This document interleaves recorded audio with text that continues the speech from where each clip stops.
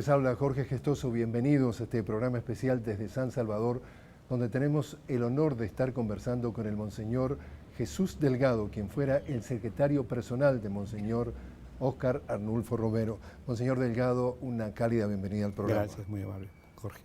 Monseñor, sus palabras.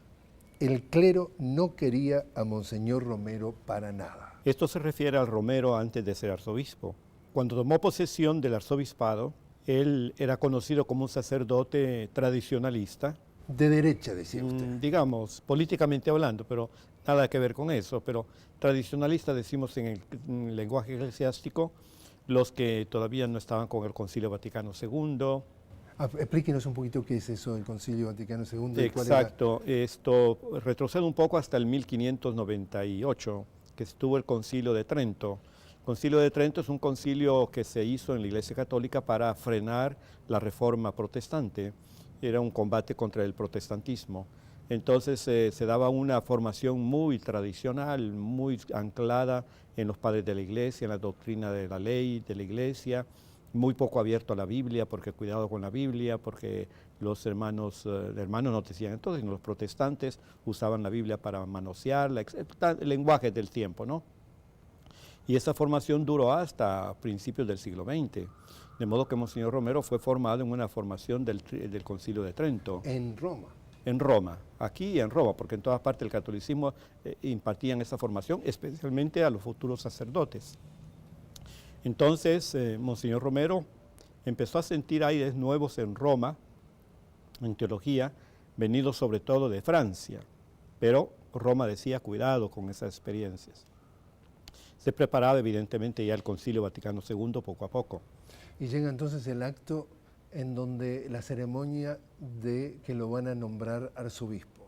Y dice usted, precisamente usted decía que no lo querían para nada, dice usted, en la ceremonia que lo consagró, habló muy lindo, pero nadie aplaudió, parecía un sepulcro, y luego se acercó a usted y le dice, Monseñor Romero, Padre Chus, a usted le decían Padre Chus, ayúdeme a conquistar al clero porque no me quieren. En ese tiempo yo tenía bastante acercamiento al clero, soy doctor en Biblia y les daba mucha clase de Biblia, ya que la Biblia estaba en ese momento en un gran apogeo, ¿no es cierto?, con el Concilio Vaticano II y las reformas que venían. El Concilio Vaticano II quería que, además del derecho canónico, que ya se daba desde el tiempo del Tridentino, había que incentivar más la Biblia. Entonces, en ese momento, el arzobispo de entonces, Monseñor Chávez y González, que en este tiempo renunciaba cabalmente. ¿Y que lo iba a reemplazar entonces Monseñor Romero? Exacto, él me pidió que diera mucha clase de Biblia a los sacerdotes. Y yo tenía mucho contacto con ellos, razón por la cual él se me acercó, además que teníamos cierta amistad. Y me dice, mira, ayúdame a conquistar el clero. Y lo nombra secretario personal en ese mismo momento. Exactamente, en ese momento me dice, tú vas a ser mi secretario personal desde hoy. Y así se mantuvo durante todo ese tiempo. ¿Y qué tan difícil, Monseñor, fue para el Monseñor Romero precisamente pasar de una iglesia de culto a una iglesia de pueblo? Pues fue no muy fácil. No muy fácil. Sin embargo, él tenía, la brújula indicativa de cuándo tenía que cambiar, el Papa. Cuando el Papa hablaba y hablaba en favor de Medellín, por ejemplo. ¿A qué se le llamaba Medellín en ese momento? Medellín en ese momento es el documento de los obispos latinoamericanos que recepción es un término teológico que significa que la doctrina dada por un concilio se aplica de un modo a tal o cual continente. Por ejemplo, América Latina. ¿Cómo los obispos de América Latina reciben el Concilio Vaticano II? Por medio de Medellín. Medellín es la reunión de todos los obispos latinoamericanos después del Concilio Vaticano para recibir la doctrina, aplicarla aquí a América Latina. Claro, la aplicación en América Latina fue más doctrina social que doctrina bíblica. Ahí está, entonces un poco la dicotomía que tuvo que enfrentar Monseñor Romero, de aquella doctrina bíblica a algo más social, más cerca de la gente. Exacto, pasar de la doctrina más bien legalista, juridista, moralista del tridentino a una doctrina ya más del mundo, de los valores terrestres del mundo, que era el Concilio Vaticano II, y ahora pasar de romplón a la doctrina social de la Iglesia, fue para Monseñor Romero algo bastante difícil. Un golpe importante. Sí, un golpe eclesiástico, diría yo, ¿no? Pasa que asesinan a su íntimo amigo, al señor, en ese momento al padre Rutilio Grande. Y usted mismo decía, fue un choque muy grande que tuvo Monseñor Romero, y usted cuenta que le dijo a usted, no sé qué está pasando con este gobierno que me está matando al sacerdote mejor que tengo. En ese momento, ¿usted qué le dijo? ¿Qué le aconsejó? Bueno, yo lo acompañé a la presidencia de la República, en ese tiempo Arturo Armando Molina, que se decía hijo espiritual de Monseñor Romero. El presidente. Sí. Y tenía una amistad bastante cercana. Se trataban de tú. Más o menos, sí, ciertamente.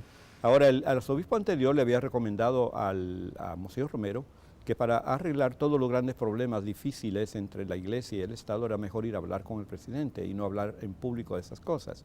Y Monseñor Romero aceptó y empezó a practicarlo. En el detalle, digamos, más representativo, el Monseñor Romero le dice al presidente, usted está tratando de hacerme que saque del país a 70 sacerdotes que le molestaban al gobierno, y él le dice, yo no voy a sacar ninguno, nadie más que la Iglesia decide, los pastores tienen que estar acá. Así es. Se van, se queda tensa la situación, y el presidente esa misma noche habla con la prensa, le preguntaron cómo estuvo esa reunión, y dice, no, todo encantador, y el Monseñor Romero quedó muy contento de sacar del país fue todo lo contrario a lo que sucedió. Exacto. El señor Romero se siente ¿cómo? Sí, se siente frustrado, se siente traicionado, se siente burlado por su mejor amigo, digamos, ¿verdad? Y dijo, no. Inmediatamente tomó el teléfono y le dijo, señor presidente, desde este momento yo ya no hablo con usted en particular. Usted me va a escuchar como todo buen católico o cristiano desde el púlpito. Desde ahí le voy a dar mis consejos a usted y a sus ministros y a todos. Y hay un cambio de 180 A grados. partir de ese momento, Monseñor empieza unas homilías en que hace un análisis de la realidad durante la semana que transcurre, y ahí va dando consejos o anunciando o denunciando. Vuelve la capacidad de profeta. Monseñor Delgado, hablábamos de que hubo un momento culminante en la vida de precisamente Monseñor Romero, el asesinato del padre Rutilio Grande, y esa conversación que mantiene con el presidente, en donde el presidente sale públicamente a decir todo lo contrario a lo que había sucedido. Molesto, indignado, como usted dice, traicionado, le dice Monseñor Romero a usted, estamos atrapados entre dos fuerzas. Por un lado, mis amigos de derecha que no quieren entender que hay que convertirse. Por otro lado, los que se están haciendo de amigos de izquierda, quienes quieren que yo jale de su lado con ideas revolucionarias, y eso no puede ser. Está viviendo un momento difícil el Monseñor Romero en ese momento.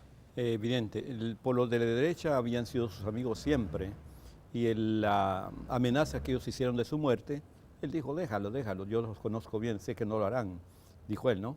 Lo que más le preocupaba a él era que los jóvenes cristianos que formaban comunidades eclesiales de base, embelecida la ideología de izquierda con el lenguaje de Che Guevara, un poeta, un hombre de grande mística izquierdista, estos jóvenes dejaron los colegios, abandonaron todo, estaban organizados en pequeñas comunidades de base y se van a la montaña con los guerrilleros. Entonces Monseñor Romero dice, yo tengo una responsabilidad con esa gente, porque son cristianos, son católicos, ¿verdad? Y se han ido a la montaña esperanzados de hacer una revolución. Dicen que no es armada, pero les han dicho que no es armada, pero tarde o temprano les van a poner arma en las manos. ¿Qué hacemos? Entonces yo tengo que darle atención a esta gente, tengo que hablarles en mis homilías y dirigirles la palabra. Pero eso fue mal interpretado por la derecha como diciéndole, les está dando consignas para que hagan la revolución. ¿Ves? Entonces se transforma en enemigo. Exacto. Cuando en realidad Monseñor Romero quería siempre ser el pastor de ellos, no abandonarlos en la mística cristiana que tenían. Y de hecho les decían, no tomen las armas no pueden ser la solución, la violencia no es solución. Y ese lenguaje lo mantuvo Monseñor Romero hasta el último minuto. Le decían algunos, pero Monseñor Romero, ¿a quién le está hablando usted?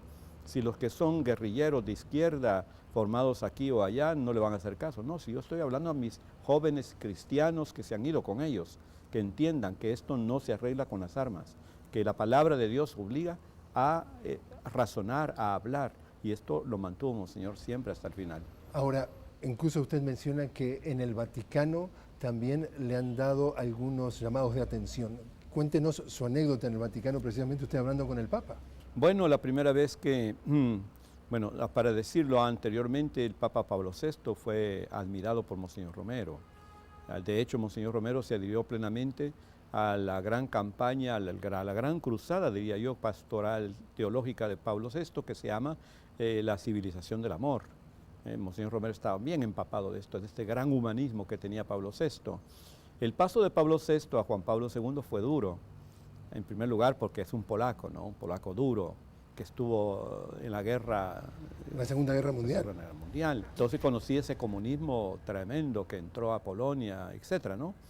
De modo que cuando la primera vez que Monseñor Romero encontró a Juan Pablo II, yo le acompañaba, no pidió audiencia porque no había tiempo, pero se fue con todos los demás obispos a la audiencia general de los miércoles. Al final de esta audiencia el Papa va pasando a saludar a todos los obispos, uno por uno, cada quien se presenta. Se presentó a Monseñor Romero y le dice: yo soy arzobispo de San Salvador, Monseñor Oscar Romero. Oh, le dice poniéndole el dedo así casi en la nariz, cuidado con el comunismo, le dice, cuidado con el comunismo. Monseñor Romero se quedó frío por un instante, pero reaccionó rápido y le dice: sí, santidad, yo sé que el comunismo en Polonia es un comunismo duro, pero en América Latina no, santidad. En América Latina le llaman comunista al católico cristiano que habla de doctrina social de la Iglesia. Basta que yo hable de la doctrina social de la Iglesia, me señalan como comunista. Él rugió un poco. ¿Era comunista el Monseñor Óscar Onelfo Romero? No, por supuesto que no. O sea que le querían poner la etiqueta. La derecha quería etiquetarlo, ¿verdad? Por eso el lenguaje que tenía con los jóvenes que se habían ido a la guerrilla, que tenía que darles una dirección espiritual, pastoral, y no quería dejar a esa masa enorme de jóvenes que se habían ido a la montaña para luchar con los guerrilleros. Entonces, claro, los de la derecha, acuérdense que existía la ideología de la seguridad nacional, una línea trazada en medio. Los que están aquí están con el gobierno, los que hablan contra el gobierno son contra el gobierno, son comunistas, sencillamente. Sí, era binario. Era binario. O conmigo o en contra de mí. Sí, basta que un joven de derecha se enamorara con una cipota que era de una familia de izquierda, también él es comunista. Cosas absurdas, ¿verdad? O sea, la intolerancia reinaba. Intolerancia total. Precisamente, a propósito del asesinato de Monseñor Romero, usted afirma, dice usted, hurgando, hurgando y hurgando, la muerte de Romero no la decide ningún partido político, sino un conjunto de señoras de la alta oligarquía que eran muy amigas de él y que se dijeron entre ellas: nosotras lo llevamos al arzobispado, nosotros quitémoslo. Sí. ¿Cómo saca esa información? Mira, esto, bueno, lo tengo de viva voz y de oído, y conociendo a las personas, evidentemente. La elección del señor Romero como arzobispo no fue fácil. Primero porque había obispos de más antigüedad y normalmente a alguno de ellos le tocaba ser arzobispo, pero ninguno de ellos quería hacerlo. Porque estaba muy tensa la situación. Sí, decían esto no es para ser arzobispo, aunque todo obispo desearía ser arzobispo, creo yo, ¿verdad? Pasar a la lista de los arzobispos, pero no querían. Entonces no quedaba más que Romero, que era bien joven, apenas tenía 2 años de ser obispo ordinario, 3 en Santiago de María, no tenía experiencia. Pero las señoras de alta sociedad dijeron: nosotros lo conocemos, le dijeron al nuncio, damos la mano, ponemos la mano al fuego por él y desearíamos que él fuera nuestro arzobispo, porque es un hombre recto, honesto, un sacerdote tradicional, un hombre de altar, un hombre de Dios, etc. Le dieron todas las alabanzas habidas y por haber, que duraron 20 días. Cuando él ya, con la muerte del padre Rutilio Grande, decidió la misa única famosa, para que aprendieran la gente que si siguen matando sacerdotes nos vamos a quedar solo con uno y va a haber una sola misa el domingo. Así es que eso no les gustó a esta gente. Y lo pusieron en la lista negra. Ya, desde ese momento cambiaron. Entonces le dijeron al nuncio: quítelo. El nuncio le dice: no se puede quitar a un arzobispo así de la noche a la mañana. Pues hable la Santa Sede, que la Santa Sede lo quite. Tampoco se puede hacer. Pues que lo quiten los obispos de acá. Pues vamos a ver, esto es muy difícil. Si no lo quitan ustedes, lo vamos a quitar nosotros, porque nosotros fuimos la que los promovimos al arzobispado y somos en parte responsables de este cambio que ha habido en este señor. Entonces, lo amenazaron a muerte, desde el 77. Pero Monseñor Romero, sabiendo que eran amigos, personas amigas, me dijo a mí: no te preocupes, no lo harán, no lo harán. Y de hecho pasaron 2, 3 años, ¿no es cierto? Lo que sucedió al final del 79 fue grave. Monseñor Delgado, ¿quién mató a Monseñor Romero? Bueno, históricamente hablando, la situación terriblemente injusta que se vio en estos países. La desproporción de la tenencia de las riquezas, el 90% en manos de tan poquísima gente y tantísima gente con tan poco recursos, ¿verdad? Situación que se pone muy crítica cuando empieza el latifundismo de café, que el gobierno permite a 14 familias o 10 que trajeron de Colombia para que cultivaran el café. El cultivo del café es algo delicado y esas personas fueron héroes al hacer esto, no cabe duda. Pero el gobierno les dio el terreno que ellos quisieran y abarcaron lo que pudieron para hacerlo, ¿verdad? Y se llevaron de encuentro todas las personas que tenían sus pequeñas propiedades. Y de ser dueños de propiedades se vuelven colonos, se vuelven cuidanderos de fincas. Y esto pesa mucho en el corazón de todos estos campesinos, ¿no es cierto? Hay regiones aquí en El Salvador donde el café no se sembró, por ejemplo, el departamento de Cuscatlán y Cabañas, en donde las familias conservaron sus terrenos y allí no hubo mayor problema. El problema social es menos grave. En cambio, en el occidente, que son las zonas más propicias al café, el problema del latifundismo fue un problema que castigó a la sociedad campesina de ese tiempo. Entonces, esto yo diría yo que esta situación por la cual Monseñor pidió una solución, que se arreglaran, que los ricos fueran más magnánimos en el nombre de Dios para con los pobres, que los respetaran mejor, que le dieran mejor situación de vida, etcétera. Esto fue un poco no acariciando los oídos de los ricos, sino más bien picándoles, ¿verdad?, la nariz, y hasta que estornudaron y dijeron, este hombre hay que quitarlo. Y lo mataron. Y lo mataron. Entonces, las señoras podrían haber sido quienes dijeron, hay que quitarlo. Hablan del mayor Dabuizón, que desde el punto de vista militar podría haber coordinado, pero hubo una persona que ejecutó el asesinato en sí. Tengo entendido que fue un francotirador traído de Miami, cubano, que fue pagado para esto. Por eso digo yo que si hubiese celebrado la misa, yo habría muerto, porque ese no conocía a Monseñor Romero. Él sabía que celebraba la misa y punto, un sacerdote que tenía que matarlo, punto. Y él allí, en la homilía, sí, pronuncia palabras muy fuertes. Exacto. En esas palabras muy fuertes, él habla claramente de temas, por ejemplo, dice en la homilía, les suplico, dice, les ruego, les ordeno en nombre de Dios, cesen la represión y cuando les ordenen matar a alguien, obedezcan la voz de Dios que dice no matarás. Y ahí casi como que se sentenció a muerte el propio Monseñor Romero. Al día siguiente hay una misa, él aparentemente va a llegar tarde, le dice a usted, tú si puedes empezar, yo después llego más tarde. Ciertamente. Y ahí viene el francotirador o el asesino, sí. Y como no conocía a Monseñor Romero, ¿lo hubiera matado a usted? Sí, porque era el primero que estaba vestido de cura. Sí, cómo no. Nada más que había otro, eran dos, un salvadoreño y el que tiró era el francotirador. El salvadoreño estaba ahí para asegurarse que era él y asegurarse de que lo mató. Sí. Este intervino solo y se metió entre la muchedumbre a que vino a verlo para ver si había muerto o no. Entonces, cuando constató que ya había muerto, se fue. ¿Tenía miedo de morir, Monseñor Romero? No, realmente no.